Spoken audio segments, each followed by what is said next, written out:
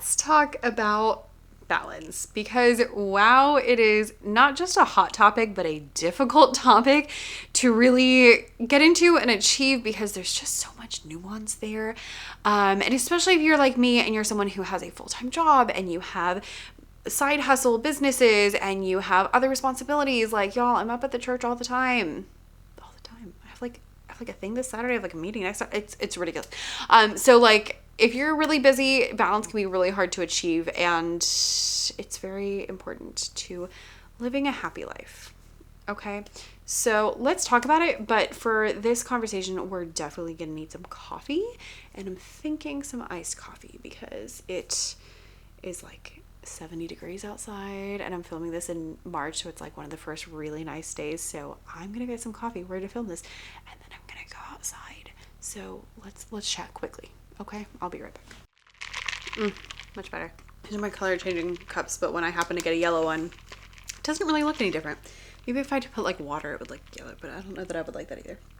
Anyway, so this video is stemming from a conversation I had with my assistant principal actually during my mid-year evaluation. We were talking, and she was like, we got to the end. She was like, and how are you doing, like, personally? Because she knows that, frankly, this year's been a lot. We've just been through a ton this year. And I told her, I was like, it's been really weird this year because this is the first year ever where my like personal life has felt harder than like my school life. Typically, school is hard, but I come home and life is fine. But this year we had a sick dog, and then a dead dog, and then we lost my mother-in-law, and then my other dog has been getting treatments for stuff, which we have an appointment today. She should be fine. And so it's been so much. We had a roof leak. We had it's just been one thing after another, after another, after another, and it's just been hard. And her comment was, I know it's always something. She said, people always talk online about balance, but it doesn't really exist.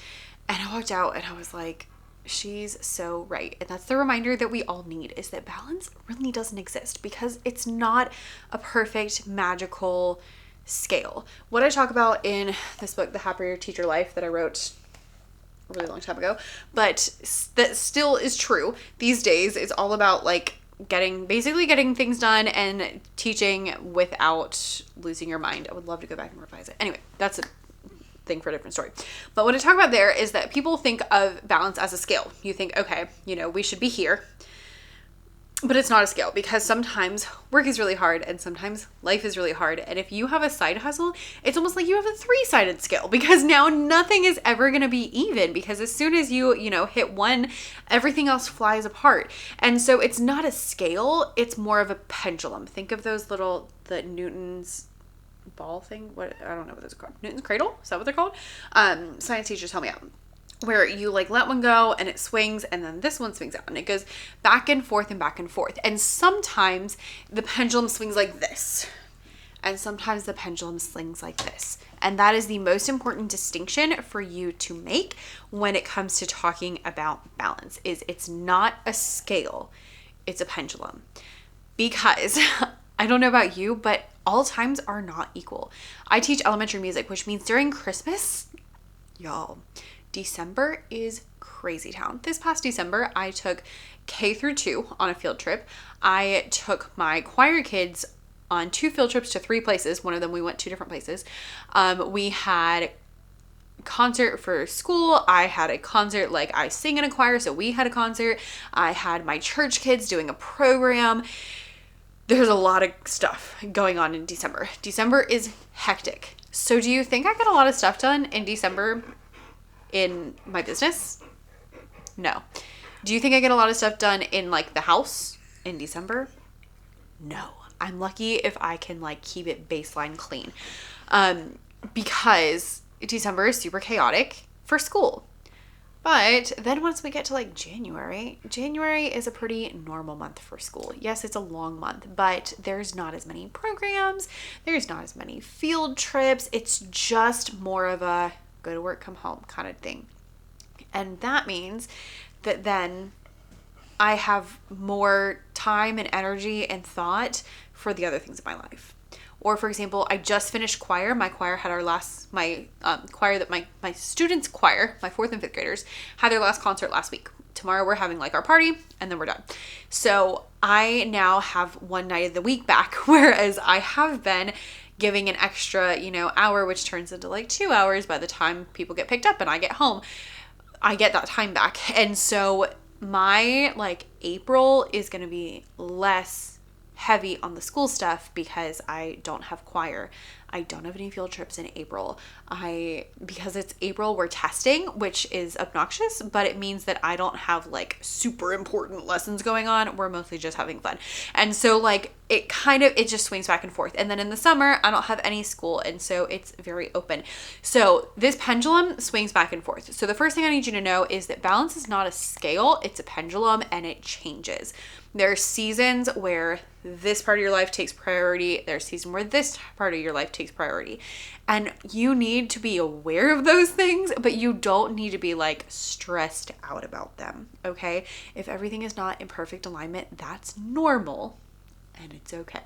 Now, instead of being stressed out about the pendulum and everything, here's what I want you to do. Number 1 is I want you to have a good idea of what you can accomplish during different seasons. And the way you're going to do that is to think seasonally. In Cal Newport's book, Slow Productivity, he talks a lot about thinking seasonally, going back to when most people were farmers and thinking about how most of the time people would, there's seasons in farming where you work really, really hard because you're harvesting things, and there's seasons in farming where you're maybe not working as hard because you're, waiting for things to grow, or it's the middle of winter and nothing's growing. And so you have other things to do, but it's very much seasonal work. That's typically how most things go. And so applying that to your own life, think seasonally. When it's December, I don't plan anything for my business. I'll give myself a couple of options. I'll be like, I could work on this, I could work on this, I could work on this. But they're like, if I have time, if I want to, they're not things I have to do because I know it's going to be so chaotic.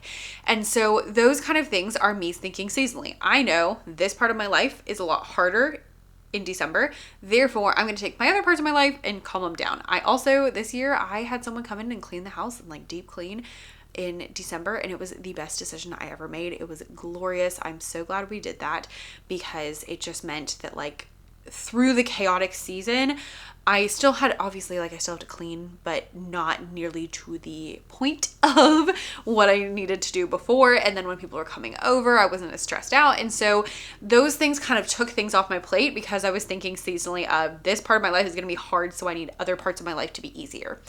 Then when I have other months where I know that I have more time, I know that I'm, school's not gonna be as stressful, those are the months where I can work harder on the business.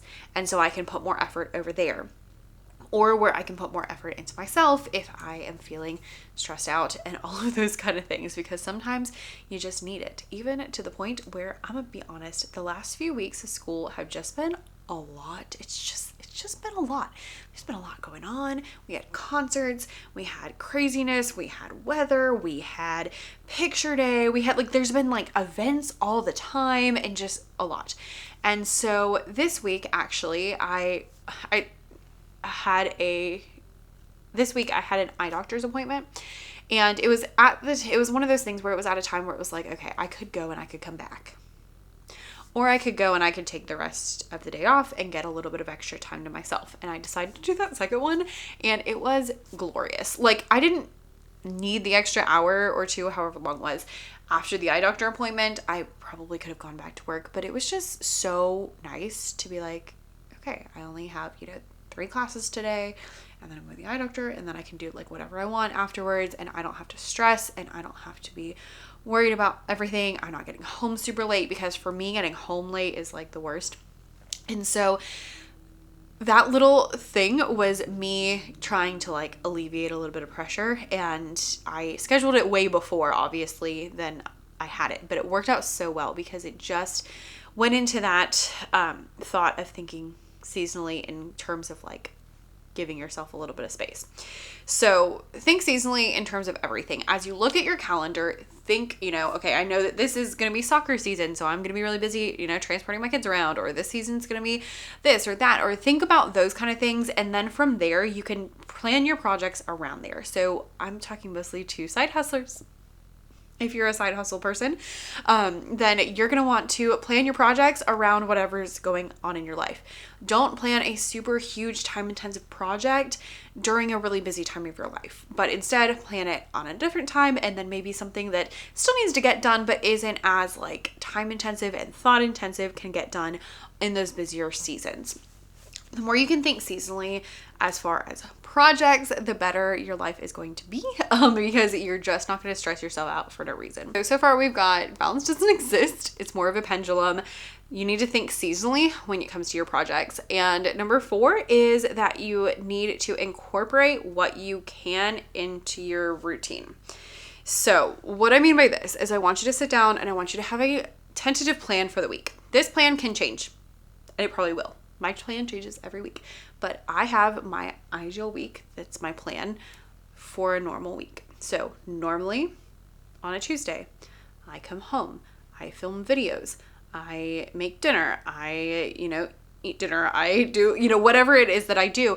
But having a tentative plan for things that you do on a particular day is really helpful, because then when you're going through, you have those things already scheduled in. Personally, I think it's even more important in the morning. I was watching an Ali Abdaal video the other day, and he said one of his mentors in college would say 1 hour before work is worth 2 after, and I would definitely second that. If I can get work in the morning, it's worth so much more than work in the afternoon, because in the afternoon I am tired, and so it's just a lot harder. So on the one hand, let's talk productivity. In that schedule, you want to make sure that you have set work times. So block off the times that you're planning to work, whether that's your full-time job or whether that's your side hustle, whatever it is, but set those times apart so that you know what your plan is. Again, it might change. It's okay. But have the plan in place and stick to it as much as you can.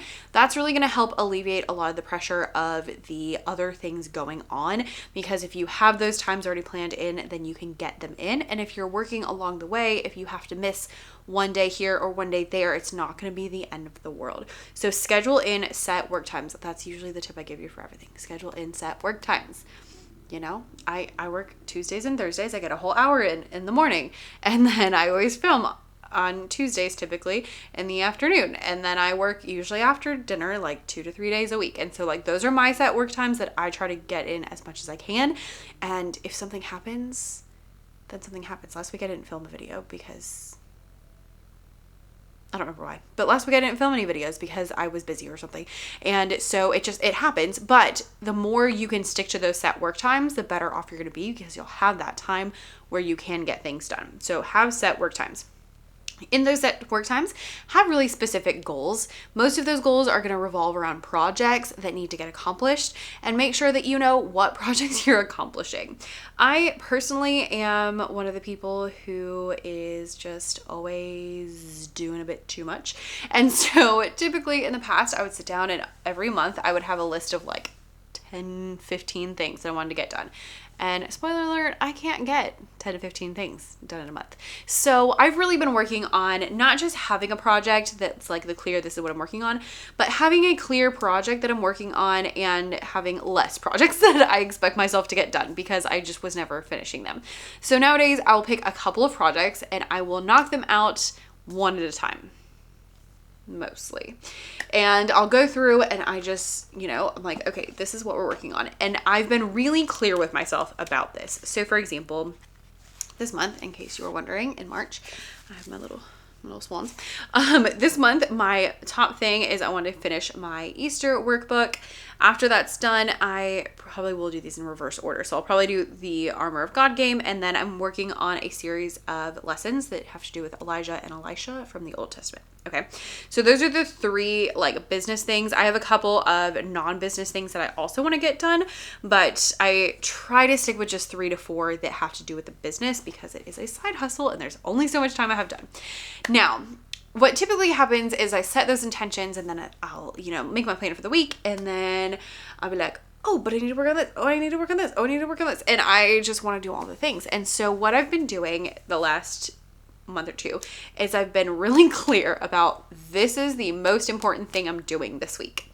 And so each week I pick my most important thing, and that is the thing that needs to get done. And so when I sit down, I'll be like, okay, I could work on my Easter book, or I could work on this lesson that I started using with my kids and I would like to post it.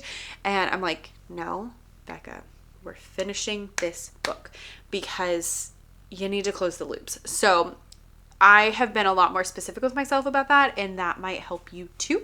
If you struggle with getting things done, have a really specific goal and make sure you stick to that goal until it's done before you move on to something else as much as you can.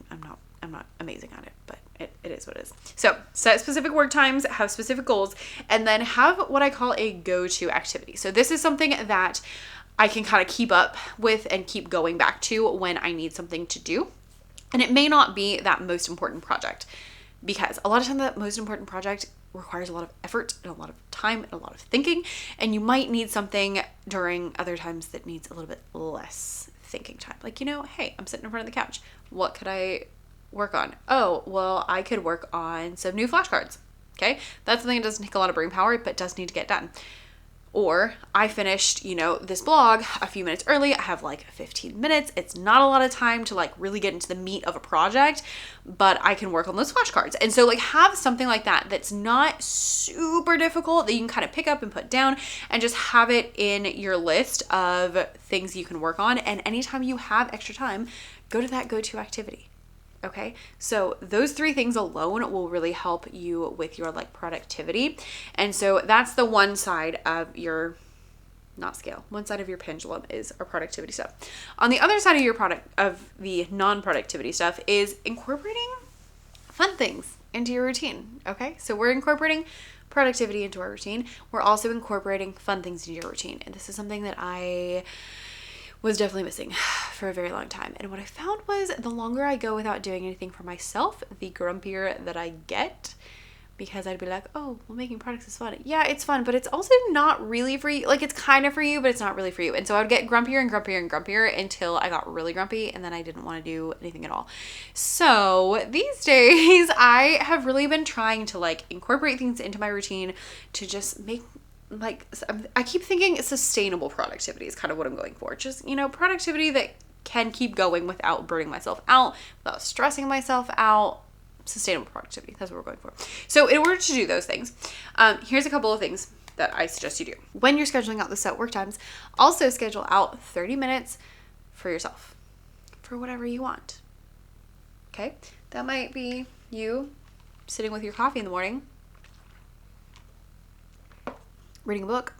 It might be you sitting with your coffee in the morning, staring at a wall. That's fine. It might be journaling. It might be taking a walk. It might be painting. It might be playing piano. But do something for yourself every day, or as many days as you can. Have it in your plans. I know you might have kids. If you have kids, great. Early morning, wake up, drink some coffee by yourself before the kids wake up. Or late at night, after they go to bed, have 30 minutes of something that you enjoy. Not TV, because TV is kind of like the fallback, and it's not as enjoyable as other things are. Not scrolling TikTok, it's not as enjoyable as other things are. But something you enjoy that is for yourself. This is something I have really started working on this year. Specifically, I recently was honestly just in the middle of a book series and I wanted to keep reading it, but I felt bad just sitting on the couch and reading it. So I started going on my spin bike in the afternoon when I get home from work and spinning for like 30 minutes and reading my book on my spin bike. And I don't know what it is about it, but it feels like the most indulgent thing ever, which is ridiculous because it's a workout.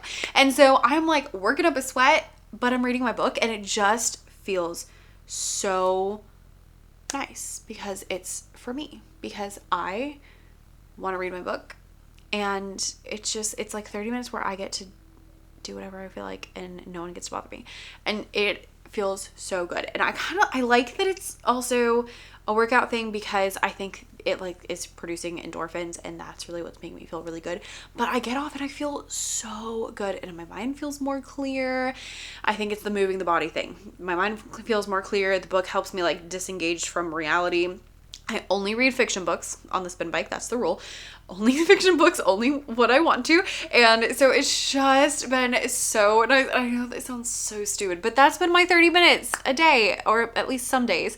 And it just feels so good to have that to myself. So what could your thing be? It could be, reading a book. It could be going for a walk. It could be, whatever you want, but just make it something that feels like it's for you, even if it's stupid.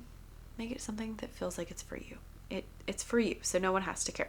So schedule 30 minutes every day that you can.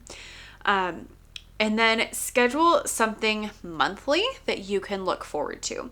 This was a really interesting thing in the month of February because traditionally February has been the worst month as a teacher. I don't know what it is. I think it's because we used to not have any breaks in February. The last few years, my district's done like a Friday e-learning, Monday planning day. So we didn't get anything off, but the kids weren't there. So that helped a little bit.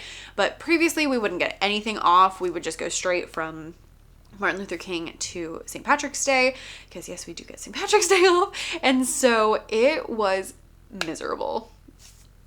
It would be so bad. Every year it was like the time that I was like, I don't know that I can do this anymore. And ironically, the time that contracts would go out. So it's like they're sending me contracts. And I'm like, do I want to sign that? I don't know. But it has been really hard. And so this year, husband and I, have been really like making an effort to go to more concerts. And so that's been usually what I'm looking forward to every month. But we've been trying to go to lots of classical concerts. So in February, we actually hit Romeo and Juliet the ballet. The next week we saw 2 string quartets. And then the next week I saw with my mom, because husband was out of town, Swan Lake. And so like 3 out of 4 weeks in February ended up being super fun, like getting dressed up and going out, and like it was so fun and it was just so nice. And so whereas normally I dread February, this February was actually not bad at all because I had something to look forward to that just kind of like brightened things up a little bit. So it doesn't have to be that. It could be, going, maybe you're gonna like plan a park day and you're gonna take your kids to the park on a certain Saturday, or like a state park or something like that. Or maybe you go to the beach if you live close to the beach, or maybe you go for a hike, or like it doesn't have to be expensive, it doesn't have to be difficult. My husband bought a picnic basket, so I'm really excited about the prospects of that. But just something that's exciting that you can kind of look forward to. A lot of times for us, it's a trip that's coming up, even if it's not monthly, but try to have something monthly that is like exciting, and then something on the books that you look forward to, like maybe a trip or something bigger coming up. So that way you always have something that you're kind of working towards, that you're going towards, and it just feels like you're, moving forward instead of just sitting around doing the same thing day in and day out and day in and day out, because it gets really difficult to do the same thing over and over and over again. So as you are setting your routine in place, I want you to make sure you're thinking about productivity, especially if you're coming from the side of you don't work enough. Make sure you have the set work times, you have specific goals, and you have projects that you can work on and come back to.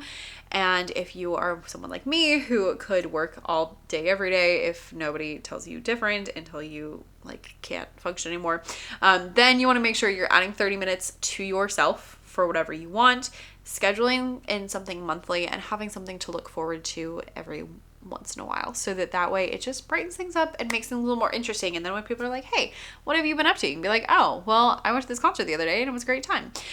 So having just things you can look forward to just really help brighten up the everyday life. So I hope that helps. I know that balance is a whole big thing because it doesn't exist. And if it doesn't exist, it's really hard to hit. But I personally am on a journey to really try to just make sure that I'm like enjoying my life, even when it's busy, even when it's hard, and just really try to make sure that I enjoy my life. I never want to be that person who's like dreading Monday, can't wait for the weekend because you don't want to like deal with your life essentially. So I really look into like, how can I make things more interesting? How can I, enjoy my work? How can I enjoy my side hustle? Like, how can I really enjoy my life so that I can feel like I'm doing what I want to do and not being kept from what I want to do. It's not always a perfect system, but it is something I'm working on. And if you're in that journey too, I would love if you hit the subscribe button, because we talk about that a lot over here, especially in the vlogs where it's all like behind the scenes and I go through exactly what I'm doing every day. So you can hit the subscribe button to get those. I also have a goal of hitting 10,000 subscribers, and we are quite far from that. So I would really appreciate your subscribe, and, you know, tell your friends if they're interested too.